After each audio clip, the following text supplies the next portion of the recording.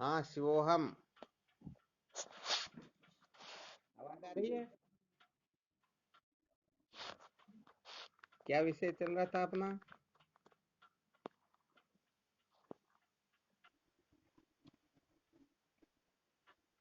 बहुत अच्छी बात है। इस सूत्र को तो समझो स्वर्ण अक्षरों में लिख लेना अपने को, सदा सर्वदा। इस सूत्र का अच्छी तरह से ख्याल रखते हुए ही फिर अपने को ब्रह्म विचार करना है। यदि यहाँ पर गड़बड़ घोटाला होगा तो भले ही हम कितना ही ब्रह्म विचार क्यों न करें, परंतु ब्रह्म विचार सार्थक नहीं होगा। ठीक है ना? हाँ, यहाँ पर विशेष रूप से अपने को ख्याल बनाए रखना है। अच्छा, इसके अंतर्गत क्या बताया जा रहा था? संसार किसको बताया, परमात्मा किसको बताया?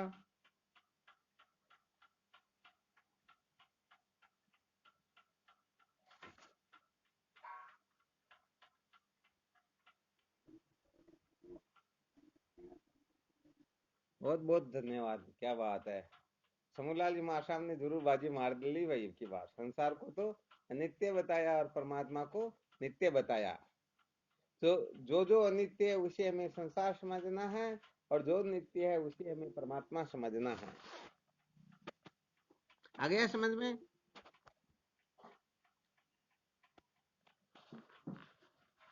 यही विशेष रहस्य है, विशेष सूत्र है। तो जब हम अनित्य को अनित्य समझेंगे तो अनित्य से छूटने की इच्छा हो जाएगी, और अनित्य को नित्य समझेंगे तो छूटने की इच्छा नहीं होगी, बल्कि अधिक से अधिक उसको पाने की चेष्टा जागृत होगी। यही होगी ना? क्योंकि बात निश्चित है कि जिसको हम सत्य समझते हैं, नित्य समझते हैं, उसकी ओर हमारी प्रवृत्ति स्वतः होती है, और जिसको हम अनित्य समझते हैं उसकी ओर हमारी प्रवृत्ति होती ही नहीं। यही सिद्धांत है ना? हाँ, ये बिल्कुल पक्का है। दर्पण में हम अच्छी तरह से जानते हैं, जो कुछ भी दर्पण में दिखाई दे रहा वो वास्तव में अपना स्वरूप नहीं, वो मिथ्या है, झूठा है। और इसका फल यही होता है कि हम तिलक वगैरह लगाते हैं तो दर्पण में दिखाई देता उसके नहीं, बल्कि अपने इस तरफ ही लगाते हैं। तो प्रवृत्ति सत्य की ओर होती है, मिथ्या की ओर होती है? हाँ, सत्य की ओर ही प्रवृत्ति होती है, मिथ्या की ओर प्रवृत्ति होती नहीं। ये सिद्धांत है। ये कहने का मतलब एक प्रकार से निर्णय किया हुआ सूत्र है।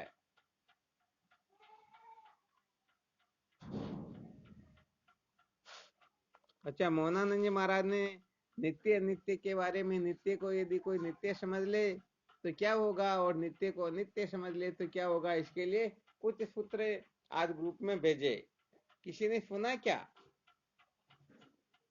बहुत अच्छे सूत्र थे, उनका मंथन करना, विचार करना।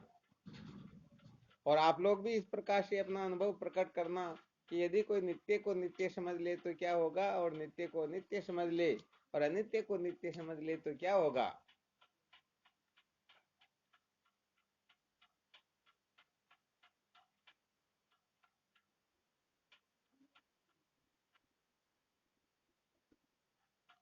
हाँ, बिल्कुल होगा, वो तो सही है। अनित्य को नित्य समझने के पश्चात पतन के सिवाय कुछ भी मिलने वाला है ही नहीं। भले वो कितनी तीव्र गति से क्यों नहीं दौड़ रहा हो, फिर भी निरंतर हर क्षण वो पतन की ओर ही जा रहा है। अच्छा, कैसे निर्णय किया जाए कि ये नित्य है और ये नित्य है?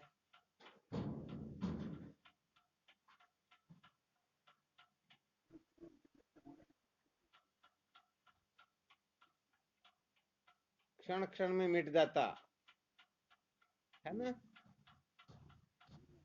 यही बताया ना? देखो, तेज सिंह जी बता रहे कि जो क्षण क्षण में मिट जाता है उसको हम अनित्य कहते हैं। परंतु अब विचार करके देखे तो अपना जो जन्म होता है ना, उससे पहले ही ये आकाश, वायु, तेज, जल, पृथ्वी, सूर्य, चंद्रमा, दिशा, गिरी, गुफा, पहाड़, नदी, पर्वत आदि ज्यों के त्यों होते हैं। और इस शरीर की मृत्यु हो जाती है, उसके पश्चात भी ये जीव के त्यों होते हैं, तब इनको अनित्य कैसे समझेंगे? क्षण क्षण में मिटे ऐसा तो अपने को प्रतीत होता ही नहीं। या तो जिनकी बहुत ही अत्यंत सूक्ष्म दृष्टि हो वही इस रहस्य को समझ सकता है। बात बिल्कुल सत्य बताई, परंतु अनुभव नहीं होता ना। जैसे ये शरीर क्षण क्षण में बदल रहा, तो विवेकी पुरुषों को तो भान हो जाता है, परंतु जो अज्ञानी ना समझ उसको पता थोड़े लगता क्या? हाँ, परिवर्तन होता है इतना तो पता लगेगा, परंतु क्षण क्षण में परिवर्तन हो रहा है ये पता नहीं चलेगा।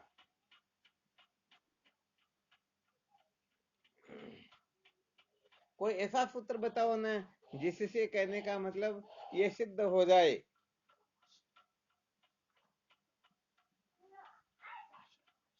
कि यह नित्य है।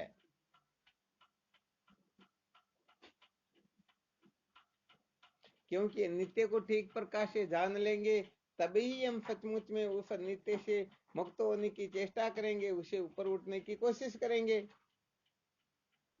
तो नित्य के बारे में थोड़ी विचारधारा अपनी ठीक तरह से हो जानी चाहिए। तो यह विचारधारा जो है हमें न चाहते हुए भी उस अनित्य से क्या कर देगी? मुक्त कर देगी, छुड़ा देगी।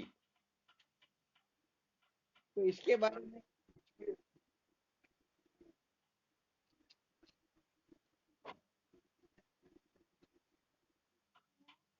हाँ, ये भी बहुत अच्छी बात है। अब यहाँ पर क्या हो सकता है, जैसे जिस प्रकार से इस संसार में बहुत सारे जन्मते और मरते हैं, परंतु अपने को क्या सुख दुख होता है क्या? जो जन्मते हैं उसका हम हर्ष नहीं मनाते हैं, मर जाते हैं उनका शोक नहीं मनाते हैं। ऐसे ही यदि अनित्य समझ लेंगे तो क्या फायदा हो सकता? बहुत अच्छी बात बताई, गड़बड़ नहीं है, परंतु थोड़ी और ऊंची कक्षा की, ताकि वो अपने से स्वयं से संबंधित हो।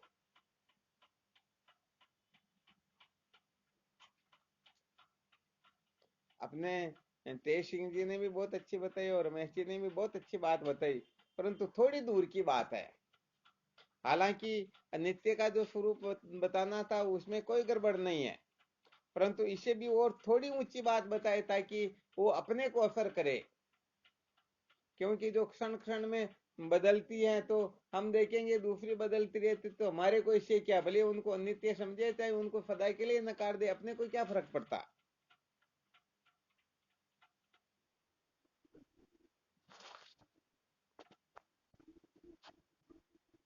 हाँ ठीक है।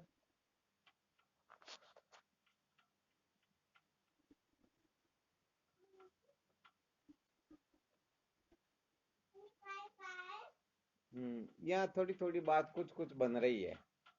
कहने का मतलब जिसमें अल्प सुख होता, थोड़ी देर के लिए सुख होता है, उसको नित्य कह देते, ये अच्छी बात है। यहाँ पर कहने का मतलब अपने स्वयं से संबंधित हो गई, क्योंकि जीव मात्र जो है सुख की कामना करते हैं, और जिसे थोड़ा सुख मिलता है उसको अनित्य यदि कोई समझ लेगा तो निश्चित रूप से वह आगे बढ़ जाएगा।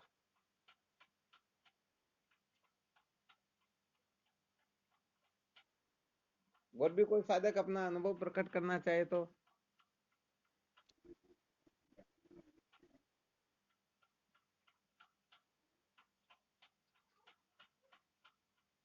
ठीक बात है। जो दृश्य है वह, हाँ ठीक बात है, जो दृश्य है उसे अनित्य कहते हैं, ठीक है ना? हाँ शिवम। गो गोचर जय लगी मन जाई, सो सब माया जानो भाई। चलो मोहनानंद जी महाराज ने ये बात बताई, चलो और भी कोई साधक है?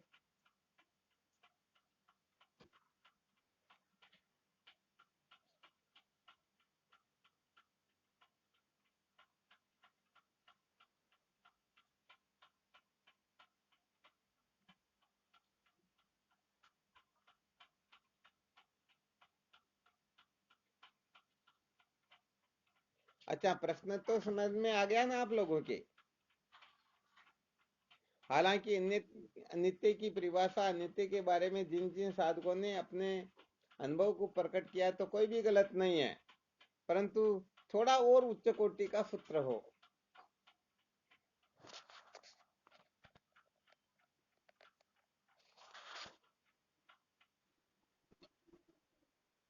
कहने का मतलब अनित्य को नित्य जाने बिना अनित्य से छूटने की इच्छा होगी नहीं, तो कैसे पता चले कि ये वस्तु अनित्य है?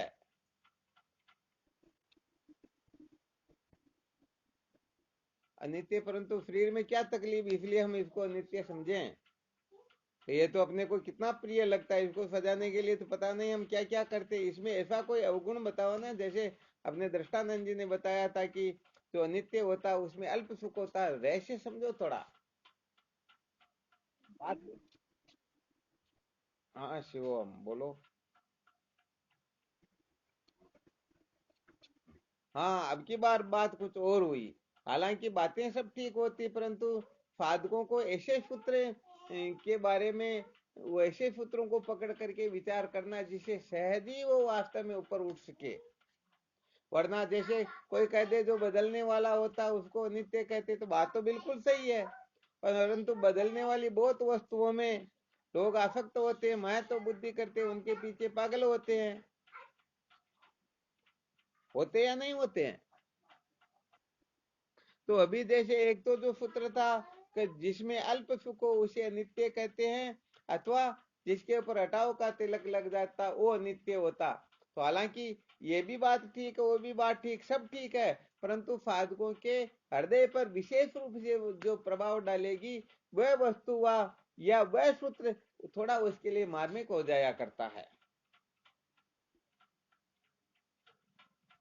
जैसे कोई कह दे जो वस्तु अपवित्र होती है उसे अनित्य कहते हैं, तो बताओ अपवित्र वस्तु को कोई जेब में रखना पसंद करेगा क्या? जैसे हड्डी अपवित्र होती तो हड्डी के ढेर पर कोई बैठ करके आराम से शयन करना चाहेगा क्या? तो ऐसे सूत्र साधकों को बताना चाहिए जिससे स्वयं ही स्वाभाविक रूप से उससे वह ऊपर उठने की चेष्टा करे।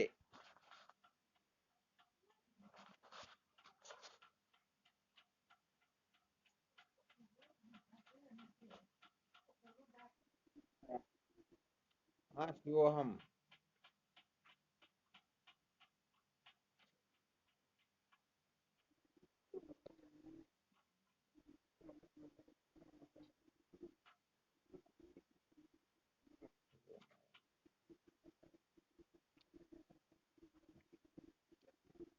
हम्म।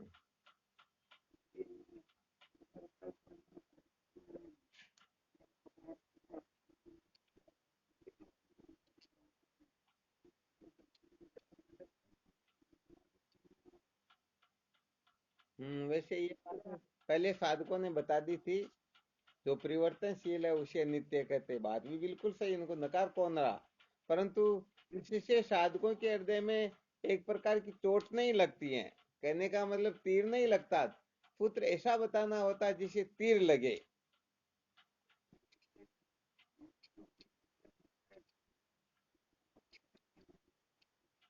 हाँ ये बात चल सकती है। अर्थात जो सुसुप्ति में नहीं रहती है उसको नित्य कहते हैं। देखो यहाँ थोड़ा संकेत कर देते हैं, जैसे कोई साधक इस प्रकार से कथन करे, जिसको प्राप्त करने के पश्चात या जिसको प्राप्त करके हम अजर अमर नहीं हो सकते हैं, बंधन से मुक्त नहीं हो सकते हैं, हम अपने जीवन को धन्य नहीं बना सकते हैं, वह कैसी भी वस्तु क्यों ना हो उसे अनित्य ही कहते हैं। ध्यान देना थोड़ा।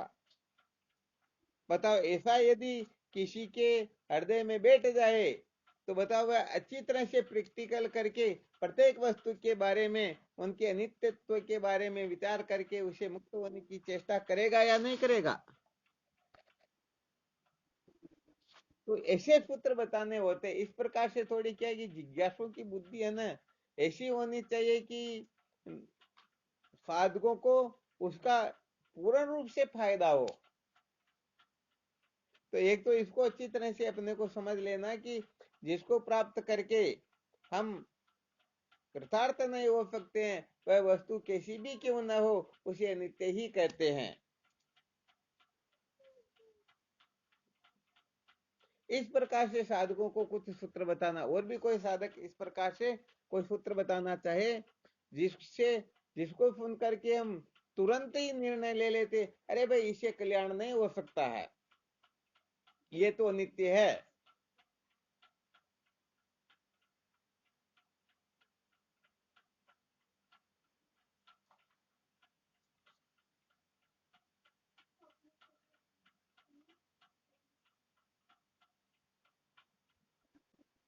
हाँ शिव बोलो।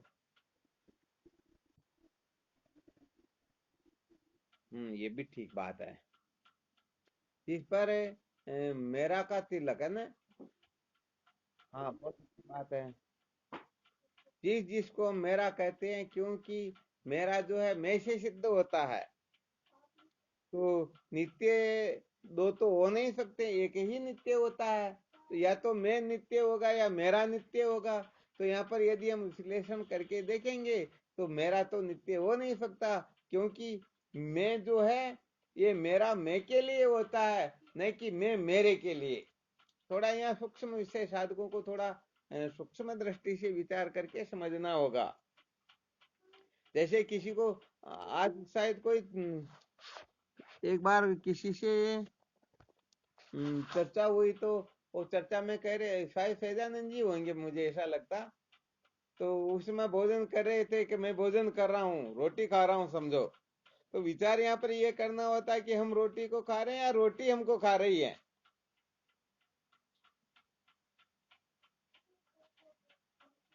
तो ऐसे ही इस सूत्रानुसार, जैसे आंख को रूप की आवश्यकता होती है या रूप को आंख की आवश्यकता होती है, रूप आंख के बिना रह सकता है या आंख रूप के बिना रह सकती है। आ गया समझ में?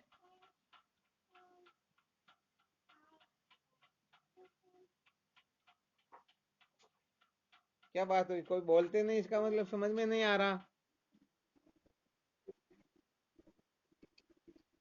हाँ, तो कुल मिलाकर यहाँ पर मैं और मेरे में अंतर बताया जा रहा है कि मैं श्रेष्ठ होता है या मेरा श्रेष्ठ होता है। तो मेरा जो है वो मैं के बिना नहीं हो सकता है, परंतु मैं तो मेरे के बिना भी रह सकता है। जैसे घड़ा जो है ये पृथ्वी के बिना नहीं रह सकता, परंतु पृथ्वी घड़े के बिना भी रह सकती है। जेवर सोने के बिना नहीं रह सकता, परंतु सोना तो जेवर के बिना भी रह सकता है। सूत वस्त्र के बिना भी रह सकता, परंतु वस्त्र सूत के बिना नहीं रह सकता है। तो ऐसे ही जो मेरा होता है वो मैं के बिना नहीं रह सकता, परंतु ये मैं जो है ये मेरे के बिना भी रह सकता है। तो यहाँ पर मेरे से श्रेष्ठ हुआ मैं। तो यहाँ पर सूत्र बताया गया, जिसको हम मेरा समझते हैं वो सब अनित्य है, और उस अनित्य को हम संपादन करके बनाए रख करके कभी भी सत्य का साक्षात्कार नहीं कर सकते हैं। ये इसका तात्पर्य है, ये इसका प्रयोजन है। हाँ, तो यहाँ पर साधकों को अच्छी तरह से निर्णय लेना है, नित्य और अनित्य का वास्तव में अनित्य है क्या वस्तु। केवल मात्र किसी को शब्द का बोध हो गया, अनित्य शब्द बोलना सीख लिया, या अनित्य का अर्थ समझ लिया कि जो बदलने वाला होता है उसको अनित्य कहते हैं, परंतु वास्तव में अनित्य को अनित्य जानेंगे नहीं, तब तक कहने का मतलब अनित्य से छूटने की इच्छा होगी ही नहीं। सचमुच में हम जिस समय अनित्य जानेंगे उसी समय, जैसे बार बार वही दृष्टांत दिया जाता है कि कीचड़ को कीचड़ जानते ही एक क्षण के लिए हम कीचड़ में रहना नहीं चाहेंगे, परंतु यहाँ पर तो अनित्य को अनित्य हम कह रहे हैं, ये अनित्य है, परंतु फिर भी उसे वैराग्य नहीं होता, ऊपर नहीं उठते हैं, छोड़ना नहीं चाहते हैं, और उसी के पीछे पागल होकर के रात दिन पता नहीं क्या क्या करने के चक्कर में पड़े हुए हैं। विचार करके देखो, वास्तव में हमने अनित्य को नित्य जाना क्या? अरे भले नहीं छोड़ सके तो कोई दिक्कत की बात नहीं, परंतु वो स्वतः ही छूटने लगे फिर भी हम मरने मारने पर उतारू हो जाते हैं, रोने लगते हैं, पता नहीं क्या क्या करने लग जाते हैं। तो क्या हमने अनित्य को नित्य समझा क्या? हाँ, तो कहीं ना कहीं गड़बड़ घोटाला जरूर है। तो इस गड़बड़ घोटाले को निकालने के लिए ही असल में अनित्य का वास्तव में स्वरूप क्या है, इसको थोड़ा समझना होगा। तो जब थोड़ी ऊंची कक्षा के सूत्र जब हम समझते हैं कि नित्य इसको कहते हैं, नित्य इसको कहते हैं, तो कहने का मतलब यह है, जो जो अनित्य अपने को प्रतीत होगा तो उसके प्रति अपनी जो आस्था अज्ञान अवस्था में थी, तो फिर ज्ञान अवस्था में विवेक की कक्षा में उतनी आस्था उतना पागलपना रहेगा नहीं। आ गया समझ में? चलो और भी कोई साधक इसके बारे में बोलना चाहे, ऐसा कोई सूत्र जिस सूत्र से साधक कहने का मतलब तुरंत ही विरक्त हो जाते हो।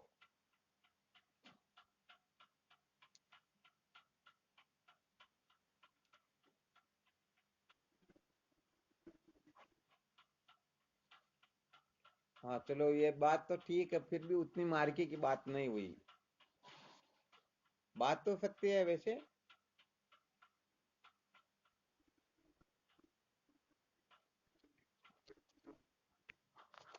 अरे भाई कम से कम जैसे आपको दो तीन सूत्र बता दे कि जिसको पाने के पश्चात हमें शांति तो नहीं मिलती बल्कि बहुत ज्यादा पछताना पड़ता, हमारा पतन हो जाता, 24 घंटे हमको रोना पड़ता, और समझो हम इसी चक्कर में अपने प्राणों को त्याग देते, उसको नित्य कहते। ऐसे बोलो ना, थोड़ा थोड़ा वैराग्य युक्त शब्दों से। जिसको पाने के पश्चात शांति मिलती नहीं, सदा सर्वदा तड़पना पड़ता, रोना पड़ता, पछताना पड़ता, ऐसी वस्तुएं नित्य होती हैं। हाँ वरना ये तो शास्त्रीय भाषाएं हैं, जो परिवर्तनशील हो, जो क्षण क्षण में नष्ट हो रही हो, जो पर प्रकाश्य हो, जो कहीं पर हो कहीं पर नहीं हो, ये सारी बातें शास्त्रीय, इनको कोई नकार नहीं रहा। परंतु साधक करने का मतलब स्वतः ही विरक्त हो, उनके हृदय में एक प्रकार से चोट पहुंचे, ऐसे सूत्र बताने चाहिए। बात इतनी सी है। थोड़ा बाहर लेके।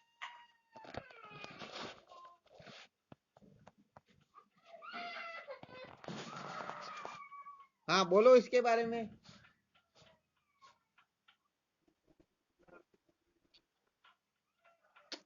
ये फिर कोई विशेष बात नहीं हुई। अब मैंने तीन चार आपको दृष्टांत दे दिए, फिर भी आप लोगों के समझ में नहीं आ रहा, ये क्या चक्कर है भाई? हाँ आप बोलो, आप क्या बोलते हो? हाँ ये बहुत अच्छी बात। कहने का मतलब जिसका आदि भी हो अंत भी हो, ये बात चल सकती है, क्योंकि हम जो सुख चाहते हैं ऐसे सुख को चाहते हैं जो कभी नष्ट हो ही नहीं। तो जैसे आदि अंत बोला तो यहाँ बोल सकते हैं कि जो जो बनते हैं बिगड़ते हैं उसको हम नित्य कहते हैं, ये बात चल जाती है, क्योंकि इससे भी साधकों के हृदय पर चोट पहुंचते हैं कि बनने बिगड़ने वाली वस्तु की क्या चक्कर में पड़ना। वो क्षण क्षण में जो बिगड़ती है, अब इसके बारे में साधक सुनेंगे तो इनको सूक्ष्म दृष्टि वाले तो समझ जाते हैं, परंतु स्थूल दृष्टि वालों के कुछ फर्क नहीं पड़ता, क्योंकि उनको पता ही नहीं। ये तो कहने का मतलब जैसे रात को हम सोते हैं, उसमें कमरे को जैसा देख करके सोते वैसा का वैसा प्रातःकाल दिखाई देता है, तो क्षण क्षण में कब बदला। तो ये अज्ञानी अज्ञानियों की दृष्टि होती, इसलिए अज्ञानियों को और स्थूल दृष्टि से उनकी समझने की जो क्षमता होती है, उस क्षमता के अनुसार, उसकी शैली के अनुसार, उनकी अंतःकरण की स्थिति के अनुसार अपने को बहुत नीचे उतर करके फिर उनका कथन करना होता, तब जाकर के वो समझते हैं और फिर उनसे ऊपर उठने की चेष्टा करते हैं।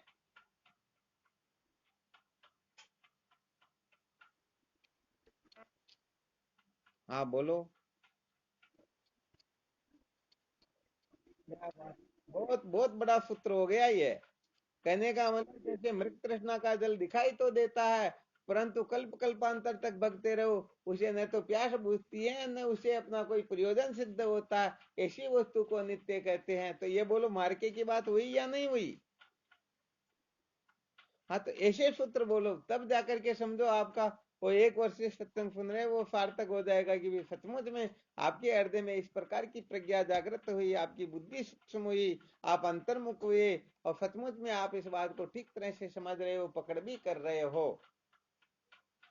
तो कहने का मतलब जैसे दर्पण में जो मुख दिखाई देता है वो नित्य है या नहीं है, सब जानते हैं, इसीलिए तो तिलक करते समय हाथ अपनी ओर आता है, दर्पण की ओर नहीं जाता है। तो जिनकी प्रतीति तो होती है परंतु प्राप्ति नहीं होती है, उसको नित्य कहते हैं। बहुत धन्यवाद। ऐसे सूत्र आदरणीय होते हैं। और भी कोई साधक इस पर, अच्छा ये सूत्र है, समस्त साधकों को इन सूत्रों को नोट करते रहना चाहिए, जो अच्छे अच्छे सूत्र, वैसे सभी अच्छे सूत्र सबको नोट कर लो, कोई दिक्कत नहीं है। परंतु मार्के के सूत्र और थोड़ा, जो कहने का मतलब जिनके ज्यादा संस्कार नहीं है वेदांत के, वो भी इन सूत्रों को समझ करके सचमुच में ऊपर उठने की कोशिश करेंगे।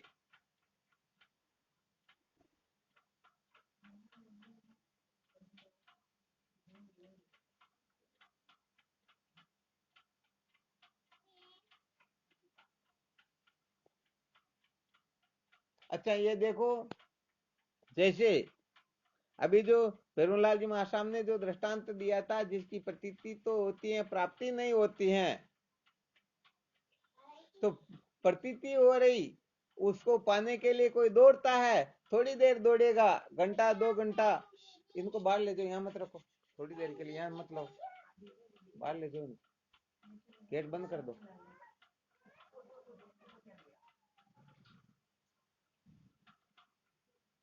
तो कहने का मतलब कुछ समय के लिए तो कोई दौड़ेगा, परंतु जब उसे सचमुच में शांति नहीं मिल रही है, तो वह उसी समय विचार करके वहां से हटने की कोशिश करेगा या नहीं करेगा? हाँ, निश्चित रूप से करेगा। हाँ, इन समस्त सूत्रों का हमें अच्छी तरह से अवलोकन करना है, और इन सूत्रों के अनुसार अपने को चिंतन मनन करना है, और इस सूत्रों के अनुसार अपने को बनना भी है, अपने जीवन को बनाना, अपने अंतःकरण को, कहने का मतलब इस प्रकार की इन सूत्रों के अनुसार आगे बढ़ने की आदत हो जाए।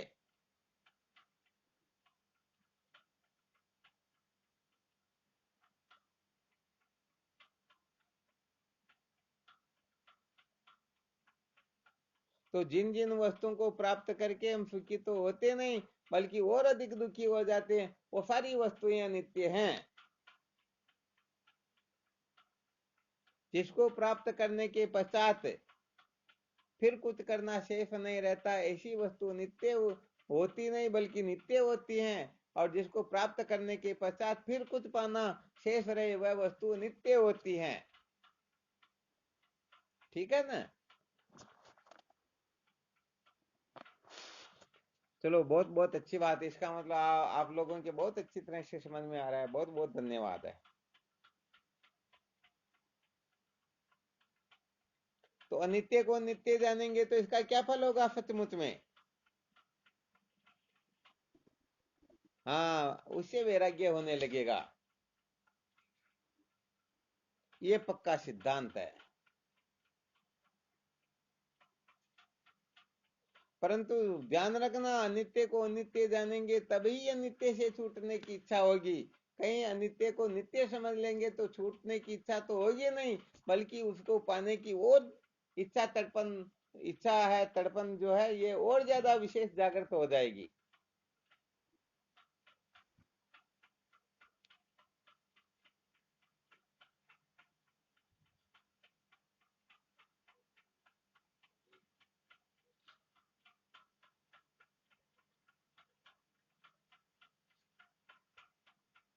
तो कहां से शुरुआत करना? प्रथम कक्षा में अनित्य किसको समझेंगे सबसे पहले? क्योंकि अनित्य में भी बहुत कक्षाएं होती हैं। जैसे कहने का मतलब, एक तो साधारण व्यक्ति हो और एक पहलवान हो, तो साधारण व्यक्ति से हर कोई लड़ सकता है, परंतु पहलवान से मुकाबला करने वाला कोई साधारण व्यक्ति हो सकता है क्या? नहीं हो सकता। तो कहां से शुरुआत करेंगे? सबसे पहले किसको नित्य समझना चाहिए? हाँ, बहुत बहुत धन्यवाद, बहुत अच्छी बात बताई। परंतु अन्वय कोश से भी पहले और कुछ कक्षाएं हैं, क्योंकि अन्वय कोश, हाँ, नहीं, अन्वय कोश से भी, अन्वय कोश के तो संबंधी है उनसे, या उनसे नहीं हो रहा तो संबंधियों के संबंधियों से। कहने का मतलब इस शरीर के जो उपकारक होते हैं, शरीर के जो संबंधी होते हैं, शरीर के जो हितैषी होते हैं, उनके संबंधियों के संबंधियों से।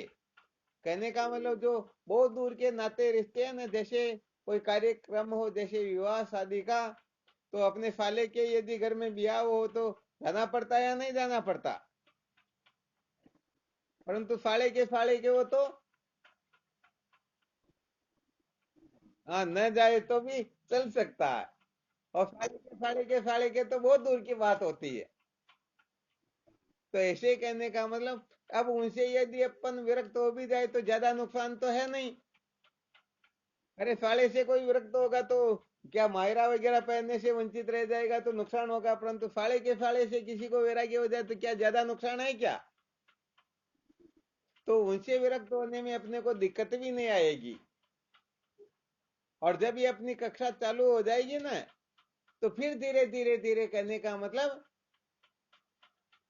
अपना वैराग्य आगे बढ़ता रहेगा, और फिर कहने का मतलब देह से वैराग्य होने लगेगा। और जब देह से वैराग्य होगा तो उसके पश्चात फिर इंद्रियों से वैराग्य होगा, फिर प्राण से वैराग्य होगा, फिर मन से वैराग्य होगा, फिर बुद्धि से वैराग्य होगा।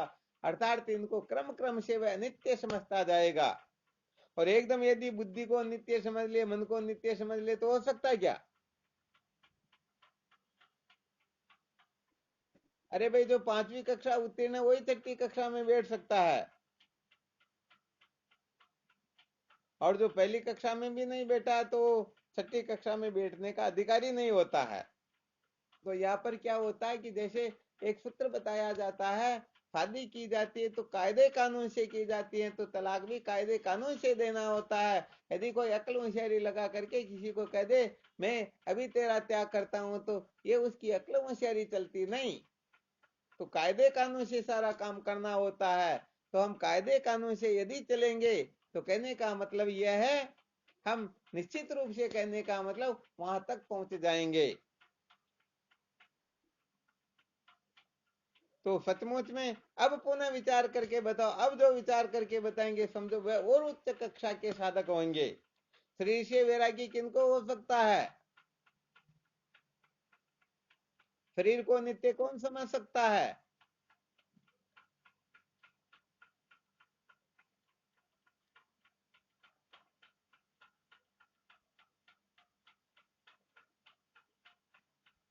12 महीने की सत्संग का थोड़ा ये अभी रिजल्ट निकल रहा।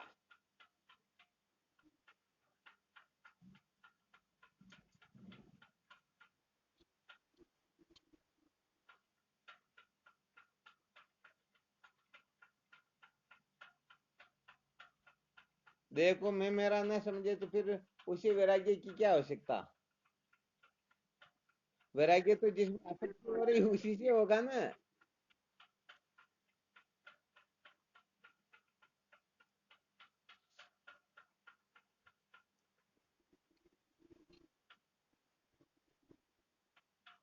चलो, ये भी साधारण बात हुई। अभी जो सूत्र मैंने संकेत किया ना, 12 महीने की सत्संग का रिजल्ट निकालना अपने को।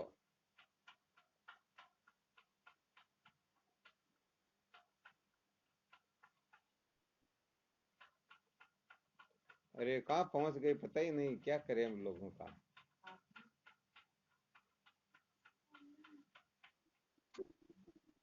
हैं?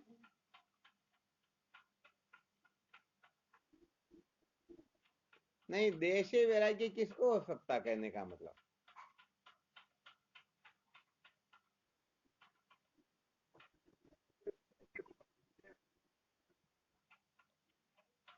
अरे भाई, बात ये है कि अपना इतने समय से जो ये सत्संग का चल रहा, 12 महीने हो गए, तो इसका मुख्य प्रयोजन ही न कर्मणा न प्रजया न धनेन त्यागे न के मृतत्व मानसु, न कर्म से न धन से न भोगों से अमृत तत्व की प्राप्ति होती है, बल्कि इनके त्यागने से होती है। संकेत समझ में आया क्या? कहने का मतलब कर्म धन भोग इनका जो त्याग करेगा उसको ज्ञान हो जाएगा, जो इनका सदुपयोग करेगा वो इनसे ऊपर उठने लग जाएगा। और जब कर्म धन भोग से ऊपर उठने लगता है, वही सचमुच में देह इंद्रिय प्राण मन बुद्धि से विरक्त हो सकता है। क्योंकि देह जो है, कर्म धन भोग ये देह के बिना नहीं रह सकते हैं, परंतु देह तो कर्म धन भोग के बिना भी रह सकती है। तो महत्वपूर्ण यहाँ पर कर्म धन भोग हुआ या देह हुआ? क्या हुआ? अरे बिल्कुल सत्य बात। तो श्रेष्ठ देव हुई या क्रम धन भोग हुए?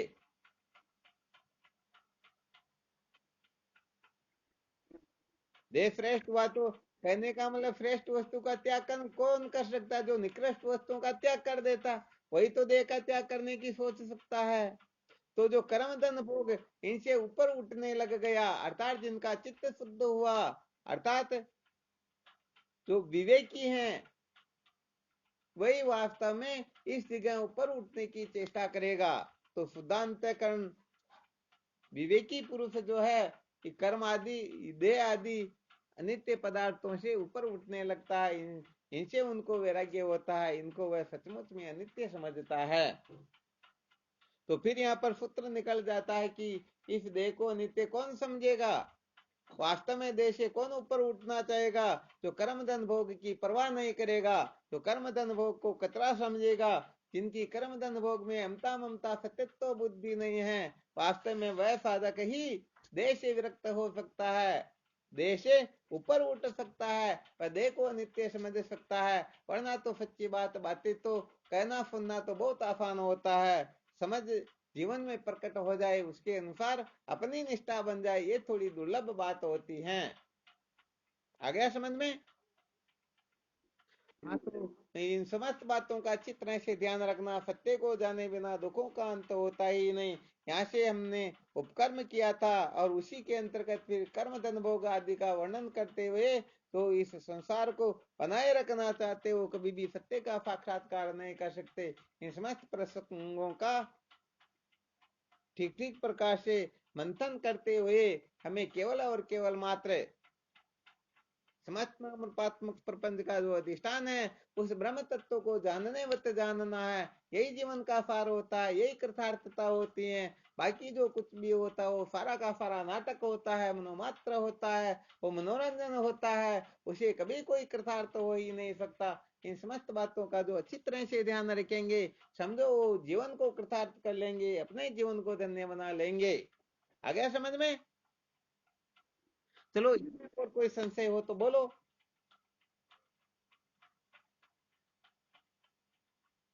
अच्छी तरह से ध्यान रखना इन बातों का। हमारी जो पकड़ है, हमारी जो महत्व बुद्धि है, हमारी जो अहमता ममता ना कर्म धन भोग के प्रति, वो शिथिल हो जानी चाहिए। इतना आग्रह नहीं होना चाहिए, अपना पागलपना वहां अटकना नहीं चाहिए। वहां पागल होकर के बैठ ना जाए, वहां मरने मारने पर न उतारो हो। तो त्याग करने की सामर्थ्य न हो तो सदुपयोग तो जीवन में आ ही जाना चाहिए। ये निश्चित आचरण आदि जो है वो अपने जीवन में रहे नहीं, क्योंकि साधक अवस्था में यदि गड़बड़ घोटाला होगा तो आगे जाकर के फिर ये दुखी करता रहेगा।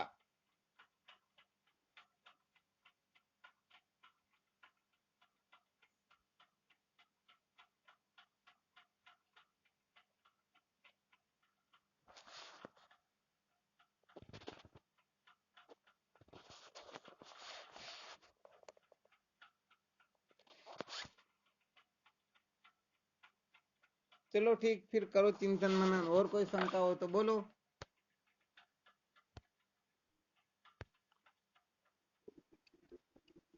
हाँ, नमो नारायण। शिवोहम। शिवोहम।